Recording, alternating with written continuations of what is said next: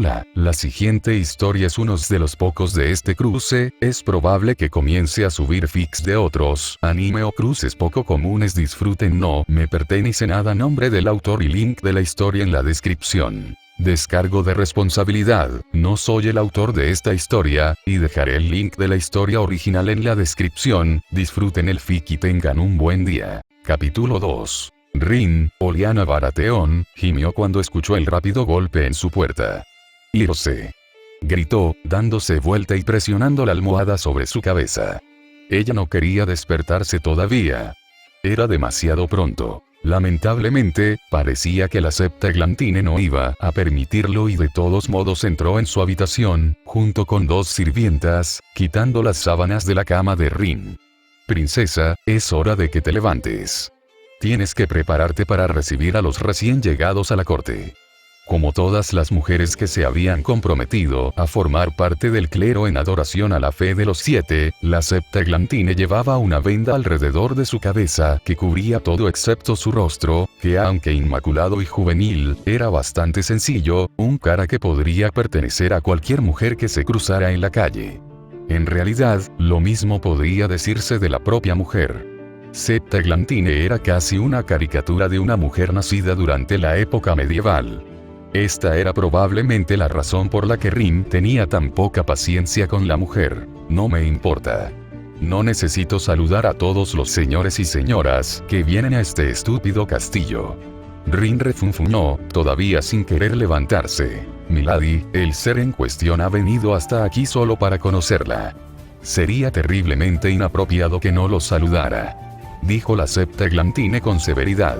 «Oh, claro, otro pretendiente», dijo Rin con un profundo suspiro cuando finalmente soltó su almohada y comenzó a sentarse en la cama, frotándose los ojos. «Mataría por un maldito café», dijo en voz baja antes de estirar los brazos hasta que sus articulaciones dieron un chasquido audible, haciendo que los septos se estremecieran. «Entonces, ¿quién es esta vez?» Sinceramente, no se molestó en hacer un seguimiento de todas las personas que habían llegado a King's Landing en busca de su mano. Desde que cumplió 11 años, parecía como si todos los caballeros o señores libres que tenían entre 10 y 50 años hubieran intentado ganar su mano en matrimonio, para su gran molestia. No fue sorprendente. Ella era la hija mayor del rey, por lo que cortejarla era un movimiento político obvio para acercarse a la familia real. No solo eso, sino que en los últimos años se había ganado la reputación de ser la gallina de los huevos de oro. «Ceroidis Bracken», dijo la Septaeglantine, tratando de mantener su desaprobación fuera de su voz. «No es que Rin no se diera cuenta. Nunca escuché de él». Rin dijo con un largo bostezo, volviendo sus ojos hacia una de las sirvientas. «¿Podrías ir a buscarme un poco de té?» «Por supuesto, señora», dijo la niña, antes de inclinarse para ir a buscarle a la princesa el té de la mañana. «Él es el tercer hermano del actual castillo Lord of Stone Edge, un caballero prometedor que se ha desempeñado admirablemente en torneos pasados y». La Septaeglantine se detuvo ante el resoplido de diversión de la princesa. «¿Otro soldado de juguete? No los llames caballeros cuando lo único que hacen es fingir los gloriosos días de juego de mi padre. Si fueran caballeros, entonces se ofrecerían como voluntarios para hacer algo con los asaltantes de las montañas, no andando por la corte con ropa elegante», dijo Rin mientras se levantaba de la cama y comenzaba a estirarse. El sirviente restante trajo el vestido que se suponía que Rin usaría ese día para reunirse con su pretendiente.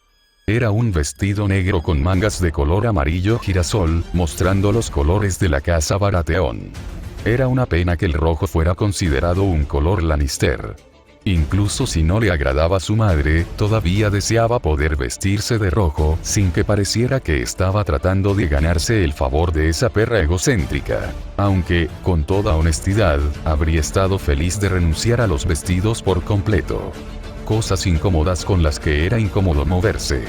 En su vida pasada, habría estado dispuesta a usarlas en ocasiones especiales, pero como princesa parecía tener que usarlas todos los días, a menos que estuviera montando a caballo, lo cual vino con su propio malestar. «¿Cuántos años tiene?»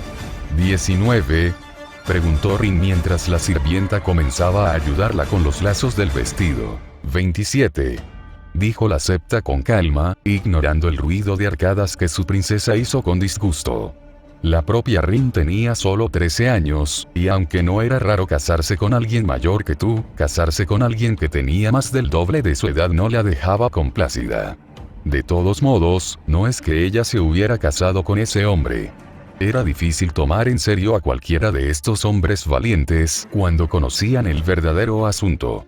Rin no estaba ciega a la sangrienta verdad de la guerra, a diferencia de las docenas de otras jóvenes que llenaban la corte día tras día. Incluso su padre solía bromear diciendo que, si bien algunos de ellos tenían habilidades, todos eran solo niños que jugaban a la guerra simulada, sin saber la realidad. No es que el rey los desanimara, pensaba que los caballeros del verano eran divertidos. Preferiría confiar el mando de sus ejércitos a un tonto de la corte que a cualquiera de esos supuestos caballeros. Espero que te des cuenta de que esto es por el bien del reino.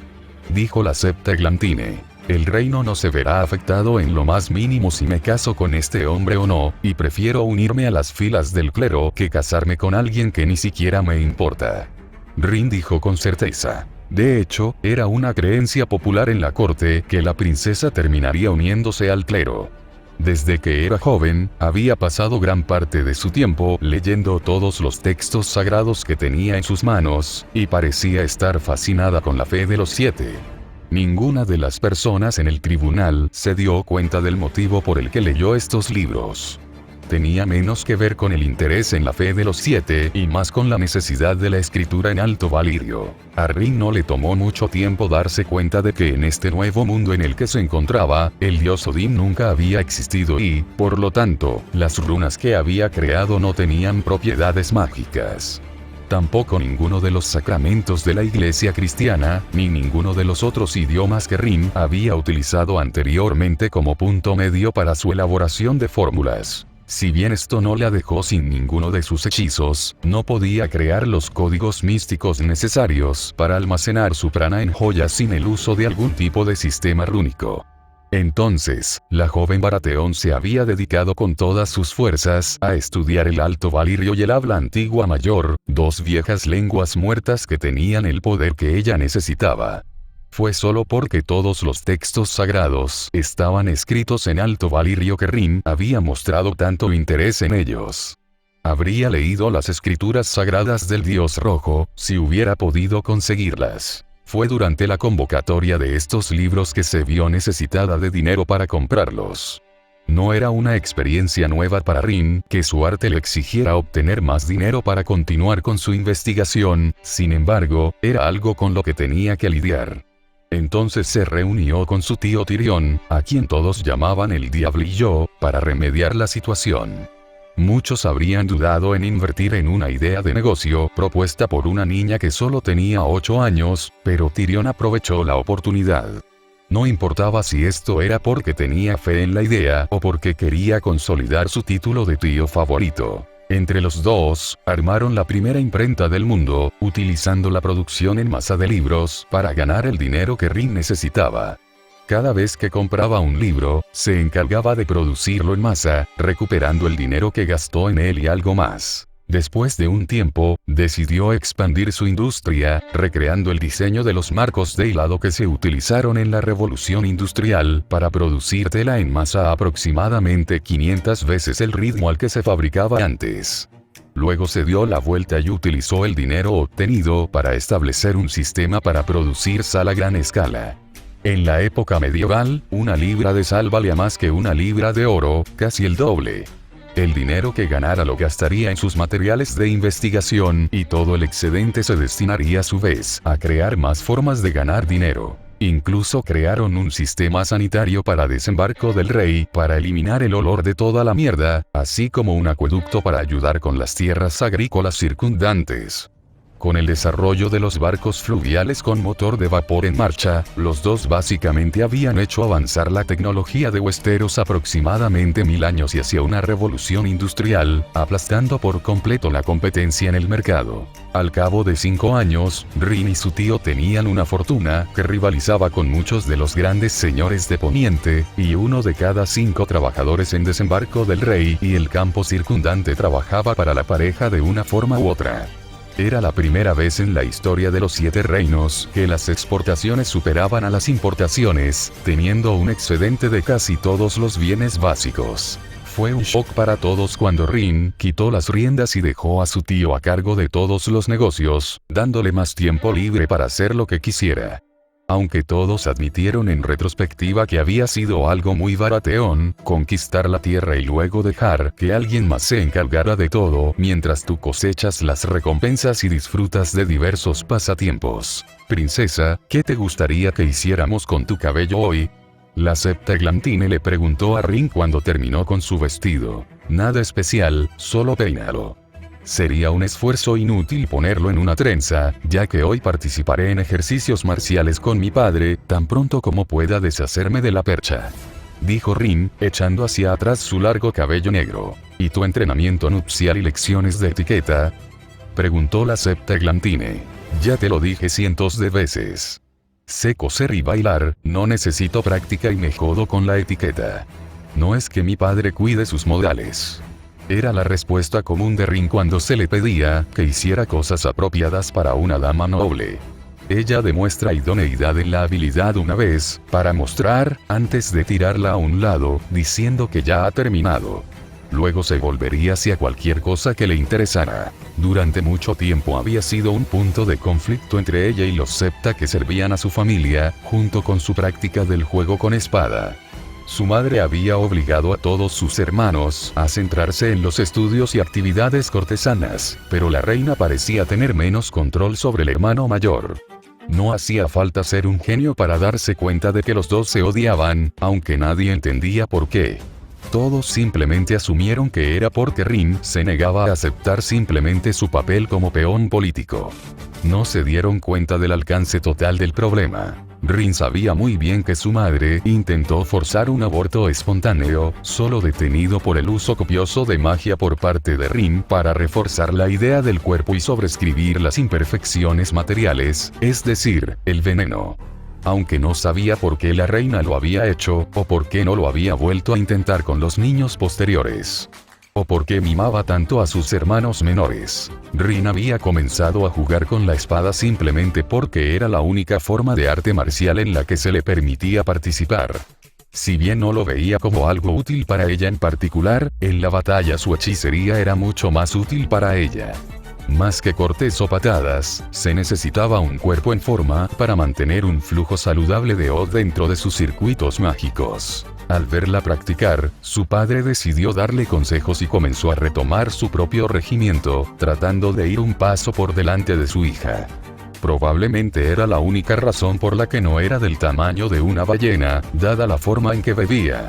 Aún así, Rin siempre se aseguraba de contenerse cada vez que él miraba y de nunca usar su magia de refuerzo. No sería bueno herir los sentimientos del hombre. Si bien Robert Baratheon no era un rey perfecto, como Arturia, no era tan malo. Mantuvo la paz y no intimidó a la gente solo porque podía. No estaba revolucionando el mundo, pero tampoco lo estaba destrozando, aunque supuso que su constante prostitución y bebida eran un poco indecorosas. Le recordó las historias que había oído sobre Alejandro Magno, el rey de los conquistadores, durante la sensación del cuarto cielo. Simplemente lo hizo más identificable con la gente, en lugar de convertirlo en un rey horrible, razón por la cual Rin aceptó a su nuevo padre, a pesar de sus defectos. Ella admitiría que él podría haber reducido los gastos innecesarios. Incluso con la economía de Poniente en recuperación, la corona todavía se las arreglaba para endeudarse. Lo cual era extraño, teniendo en cuenta que todo el mundo seguía pagando sus impuestos y la cantidad de dinero de la que hacía alarde Robert no debería haber sido más cara que pagar una guerra. No fue sorprendente que la deuda comenzara a aumentar después de la guerra, con todos los gastos de reconstrucción de los 7 reinos y el rey recortando todos los impuestos para ayudar con la reconstrucción. Pero incluso después de que se restablecieran los impuestos normales, la deuda siguió aumentando. Simplemente no cuadraba. Rin había llevado sus preocupaciones a la mano del rey, Honarin, y el hombre había dicho que lo investigaría. Lo cual, francamente, era lo mejor que Rin podía hacer a menos que tuviera ganas de gastar su valioso tiempo investigándolo todo ella misma. A ella le importaba, pero no le importaba tanto. No era como si la deuda del reino tuviera consecuencias inmediatas, y ella podría arreglar las cosas personalmente si fuera necesario. Con el vestido puesto y el cabello cepillado, Rin se puso la única pieza de joyería que no había canalizado como materiales, un collar que su padre le había regalado y que tenía el rostro del siervo de Baratheon. Bebió 3 tazas de té caliente para despertarse el resto del camino antes de permitir que la escoltaran fuera de la habitación. Bueno, es hora de derribar a otro soldadito de juguete. Illyrio, ¿estás seguro de que estas personas nos ayudarán? Viserys Targaryen cuestionó al magister, entrecerrando los ojos con sospecha ante las figuras vestidas de rojo con las que se cruzaban en los pasillos del dios rojo, R'hllor. Illyrio Mopatis había traído a Viserys y su hermana, Daenerys, desde Pentos hasta Myr, la ciudad de los artesanos, para reunirse con una figura importante del templo del Señor de la Luz. No lo sé, aunque el hecho de que hayan aceptado nuestra solicitud de audiencia es una buena señal, admitió Illyrio, manteniendo los ojos abiertos. Como no se permitían esclavos dentro de los muros de Myr, el magister tuvo que ir sin sus guardaespaldas inmaculados, lo que lo hizo sentir incómodo. Es bien sabido que los adoradores de R'hllor desean difundir las enseñanzas de su dios, por lo que si te ofreces para ayudar a difundir su religión dentro de los 7 reinos, es posible que te den las tropas que necesitas. R'hllor es uno de ellos. De las religiones más extendidas en el mundo conocido. Solo en esta ciudad, probablemente haya más de 10.000 fieles que responderían a su llamado a las armas. Sin mencionar que el sacerdote que vamos a ver es muy conocido por sus logros en combate. Una vez más, continúas hablando de este llamado Hijo del Fuego. Viserys se burló. Ignore las historias sobre él si lo desea, Alteza. Sin embargo, los adoradores de R'hllor todavía lo ven como el campeón elegido de su dios, por lo que probablemente sería mejor mantener esas opiniones en privado, especialmente en esta ciudad. Illyrio dijo nerviosamente. Daenerys se quedó callada, deseando, no por primera vez, estar de vuelta en casa. Sabía exactamente por qué Illyrio y Viserys la habían traído. Se rumoreaba que el sacerdote era bastante joven y soltero, y a los sacerdotes rojos no se les negaban los placeres de la carne. Ella debía casarse con el hombre para asegurar una alianza. Desde que tenía 9 años, su hermano había comenzado a intentar prepararla para el día en que la cambiaría por su propio ejército. Con su cabello plateado y ojos morados, se la consideraba una belleza exótica, incluso si su cuerpo de 16 años estaba un poco subdesarrollado como mujer. La asustó escuchar las historias de Valoris, y como él solo masacró a cientos, si no miles, de bandidos, piratas y asaltantes Dothraki. La forma en que parecía desplazarse de un campo de batalla a otro le valió el apodo de el sacerdote rojo sangre. Un espadachín sin igual al que simplemente no se podía detener. Un hombre tan brutal que incluso los Dothraki le temían. Como alguien que estaba más familiarizado con los maestres de la fe de los 7, a Daenerys le resultaba difícil creer que convertirían a un individuo así en sacerdote.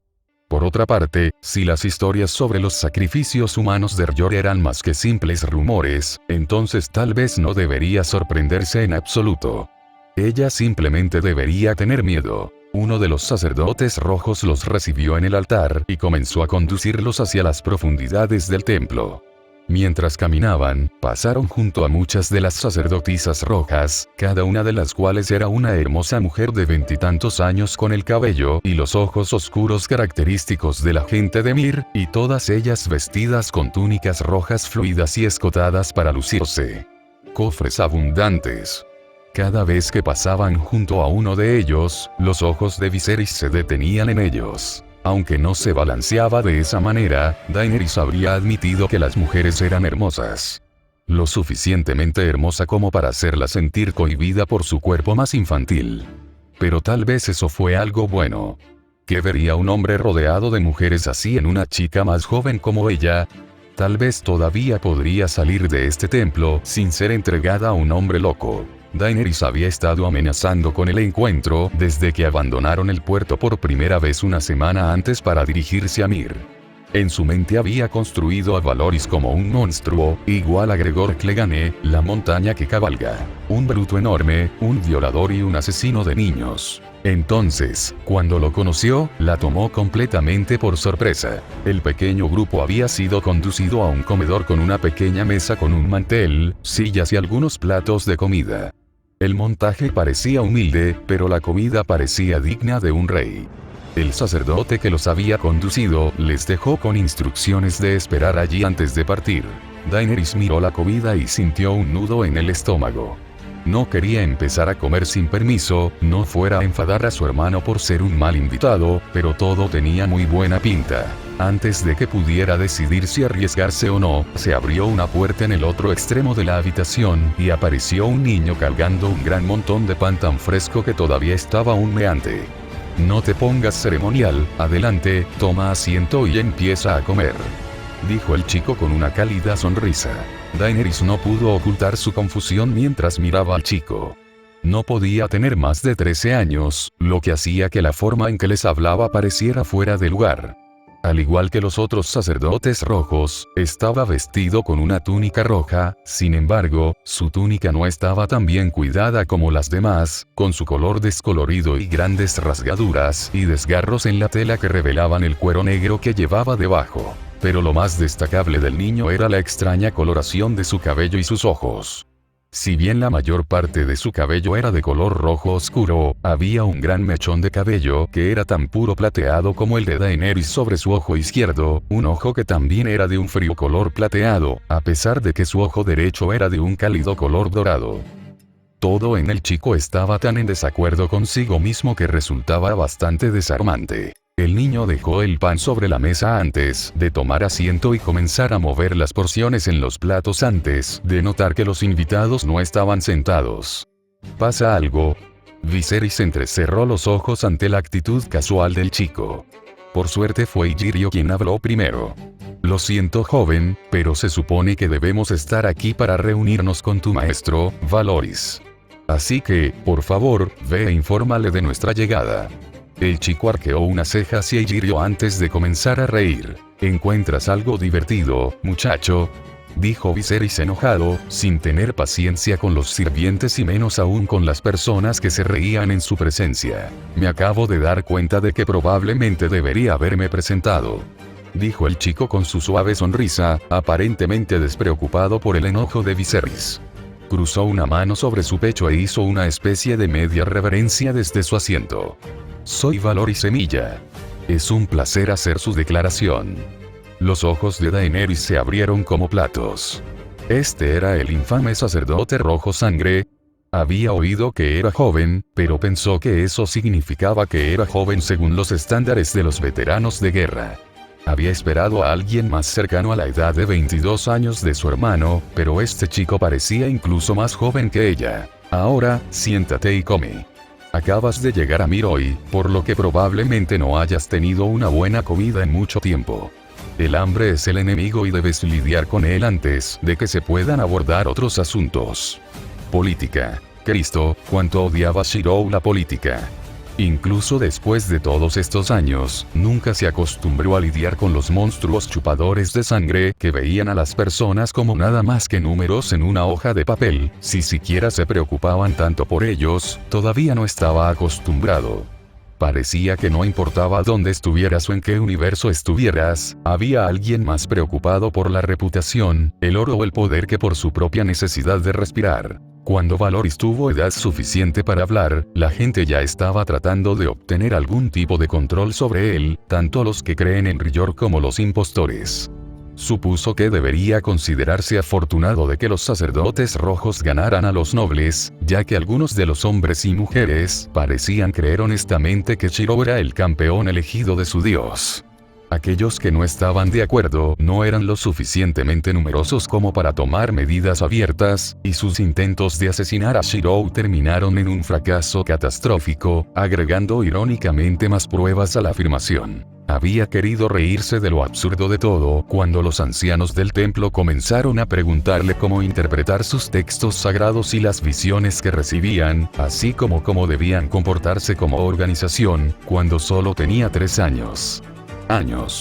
Aunque a medida que pasó el tiempo, Shirou había ido adquiriendo ese papel poco a poco, convirtiéndose en una figura clave en una religión en la que personalmente no tenía ninguna fe, y que daba muchísimo miedo.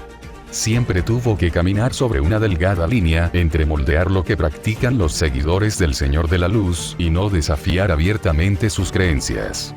Convencerlos de que era mejor difundir las enseñanzas de R'yor protegiendo a las personas que simplemente asesinar a todos los que no estuvieran de acuerdo con ellas. Toda una vida lidiando con el equipo de entierros de la iglesia había hecho poco para prepararlo para lo que tenía que enfrentar, ya que al menos los exorcistas tenían cierta comprensión de cómo funcionaban sus milagros. Shirou no había tardado mucho en darse cuenta de que, al igual que el cristianismo en su viejo mundo, el foco de fe alrededor del Señor de la Luz en realidad había cambiado la adoración en una forma de hechicería, con los sacerdotes y sacerdotisas rojos actuando como magos de Seto, usando misterios que ni siquiera comprenden y declarándolos consecuencia directa de la voluntad de su Dios y prueba de que sus acciones son divinas y justas. Algo que a Shirou le resultó extremadamente difícil de tragar cuando encontró a un pequeño grupo de ellos usando los rituales para crear familiares de sombras, arrancando las almas de los no creyentes de sus cuerpos mientras los quemaban vivos. Se aseguró de que nadie saliera vivo de ese lugar para hablar de sus resultados. Si los fieles hubieran descubierto que funcionó, habría sido suficiente para demostrar que era lo correcto. Dios no les habría dado el poder para hacerlo si no fuera lo que Dios quería. Por otra parte, no estaba claro que alguno de ellos se hubiera detenido solo porque se dieron cuenta de que no estaban haciendo el trabajo de su Dios y, en cambio, simplemente estaban asesinando personas para lo que equivalía a un beneficio personal. La historia de la humanidad no fue bonita, con o sin dioses. No, Shirou no tenía mucha fe en R'yor, pero aún así, se tomaba muy en serio todo lo que tenía que ver con la religión, especialmente las visiones. Un tema común en la adoración del Señor de la Luz era el acto de mirar el fuego durante las oraciones.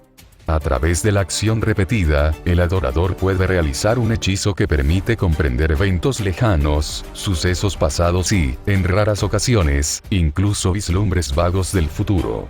Y fue debido a una de estas profecías que Shirou se encontraba en la situación en la que se encontraba ahora, una vez más lidiando con política. Shirou había comenzado a evaluar a los hermanos Targaryen desde el momento en que entró por la puerta. La impresión que tenía de ellos bien podría determinar el curso de la historia y, hasta el momento, sus impresiones eran malas. El hermano, Viserys, tenía 22 años, era de estatura media y parecía un chico bonito. Su actitud de más poderoso que tú era tan obvia como la nariz en su rostro. Algo que Shirou tenía poca tolerancia, incluso si sabía cómo ocultar su propia frustración. Su cabello plateado y sus ojos morados eran productos de su cuerpo que no producía pigmento en esas áreas, como ocurre con cualquier otro albino. Sin embargo, su piel no era lo suficientemente pálida como para que los rasgos de Targaryen fueran un simple caso de albinismo. Quizás había más en las historias sobre que los Targaryen tenían sangre de dragón que solo un montón de aire caliente. Aún así, el hombre no tenía autocontrol y era un guerrero incruento y un líder inexperto. La hermana, Daenerys, tenía unos 16 años, era un poco baja y tenía rasgos juveniles. Aunque sus características físicas eran muy parecidas a las de sus hermanos, la forma en que se comportaba la niña no podría haber sido más diferente. Parecía mansa, incluso asustada, sus ojos moviéndose constantemente a su alrededor, sin permanecer nunca en un lugar por mucho tiempo ni mirar directamente a nadie. Incluso la forma en que comía parecía incierta, como si tuviera miedo de comerlo, de que pudiera estar envenenado, y de no comerlo, para no llamar la atención de quienes la rodeaban. Shirou no pudo evitar preguntarse qué tipo de vida había vivido. Su nacimiento habría ocurrido cerca del comienzo de la rebelión de Robert, pero probablemente habría pasado toda su vida huyendo, siempre mirando por encima del hombro, temerosa de encontrar una daga esperándola allí. Si bien Shirou no pudo condenar a Robert Baratheon por intentar acabar con la familia Targaryen de una vez por todas, como medida para evitar conflictos futuros, sí se compadeció de la niña que nació en ella. Quizás el hecho de que se pareciera mucho a una Arya mayor tuviera algo que ver con eso.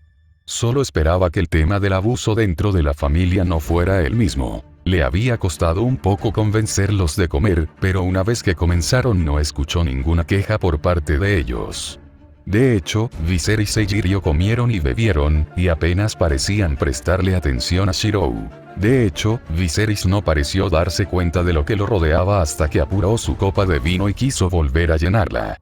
«Déjeme conseguirle eso, Su Alteza», dijo una de las sacerdotisas rojas que había entrado a la habitación después de ellos. Shirou levantó la vista de su plato para ver a la mujer inclinada sobre el reposabrazos del príncipe, acercando su cuerpo a su rostro, mientras le servía otra copa de vino.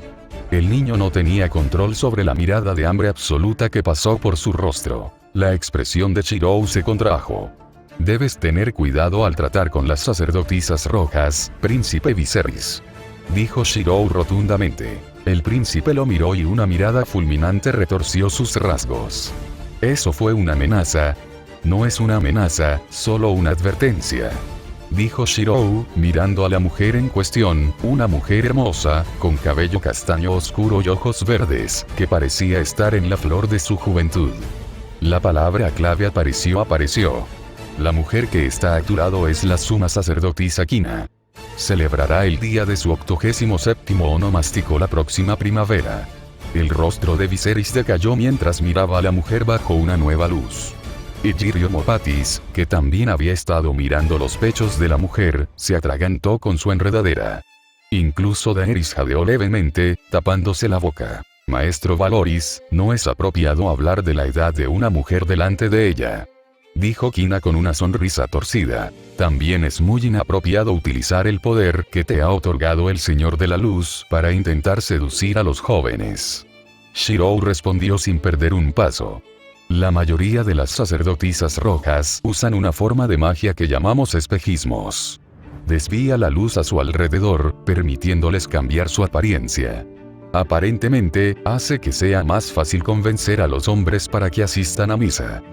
Te lo advertiré de nuevo, ten cuidado al tratar con las sacerdotisas rojas. La ilusión no durará si te llevas a una de ellas a la cama contigo». Viserys miró de Kina a Shirou y luego lo fulminó con la mirada. «¿Honestamente esperas que crea en esos callos de caballo? ¿Estás tratando de afirmar que tu Dios te da poder y lo estás presentando como evidencia? No me hagas reír». Los ojos de Kina se entrecerraron.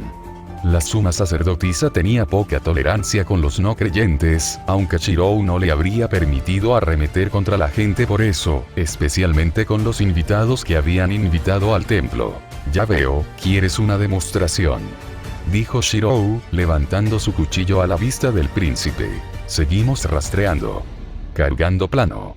Recreando la historia. Abstraer encantamientos. Reaplicando el método de creación. Modificación». Shirou enfocó su propio prana en el cuchillo, tejiendo en él el mismo tipo de encantamiento de flexión de luz que usaba Invisible Air, hasta que justo frente a los ojos de la gente, la imagen del cuchillo comenzó a retorcerse y doblarse antes de desaparecer por completo.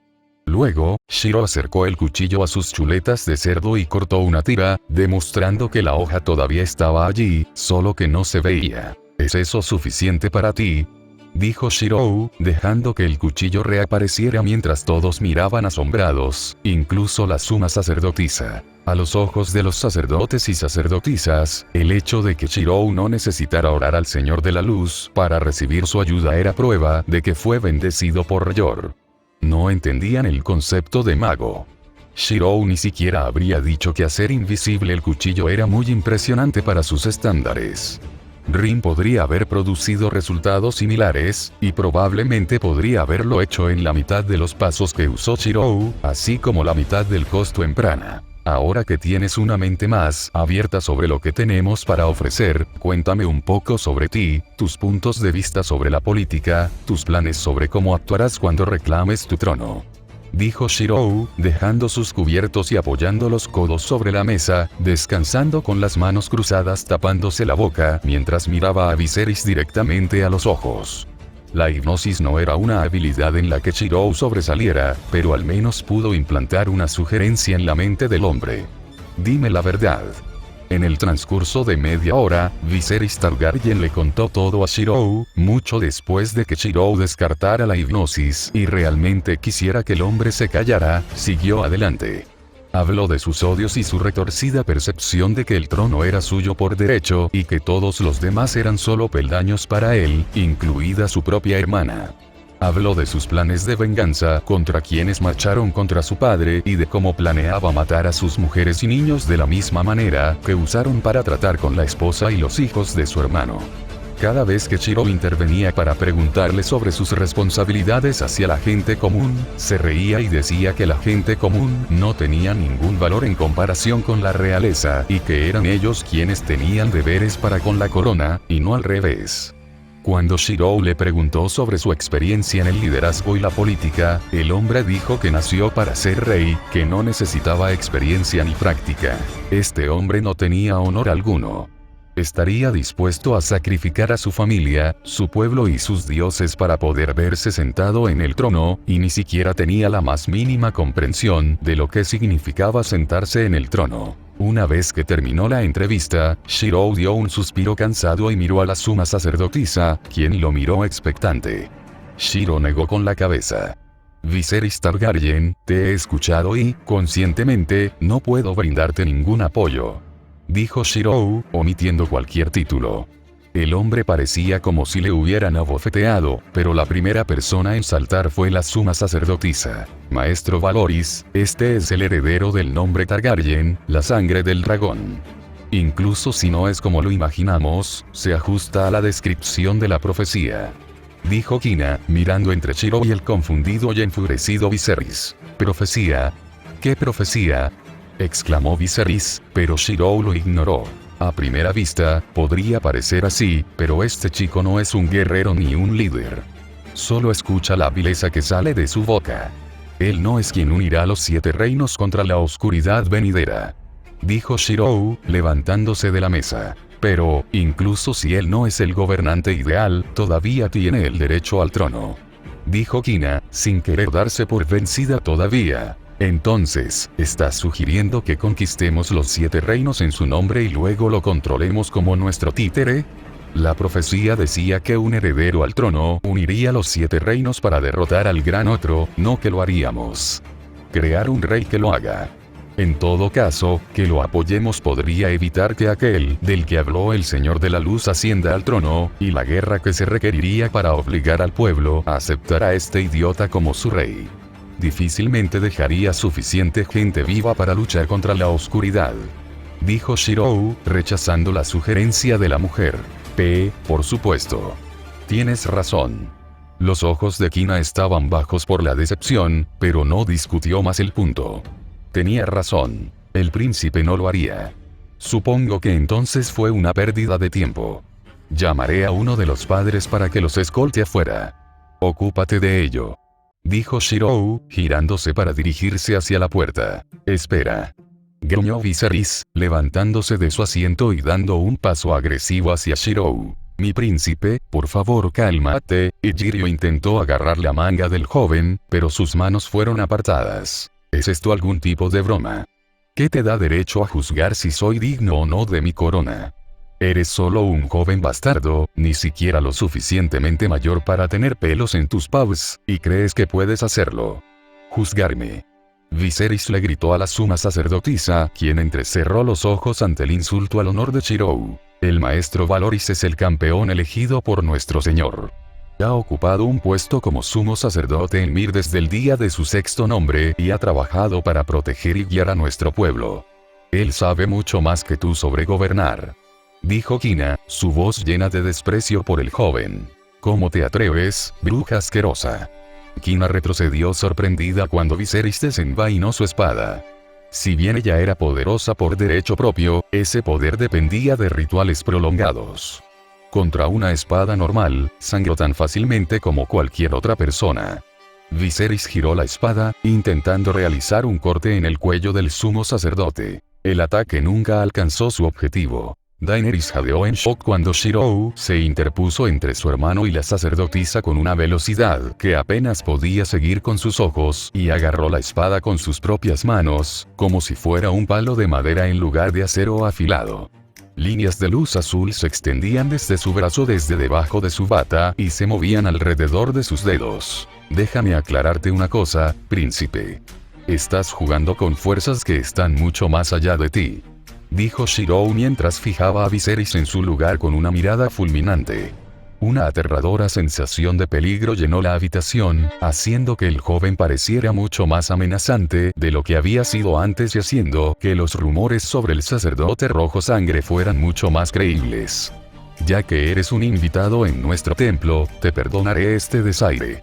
Sin embargo, si alguna vez vuelves a intentar dañar a otra persona dentro de esta ciudad. La hoja de acero de Viserys se hizo añicos, lo que provocó que el príncipe retrocediera tambaleándose sosteniendo solo la empuñadura de una espada. Te agradeceré una muerte rápida.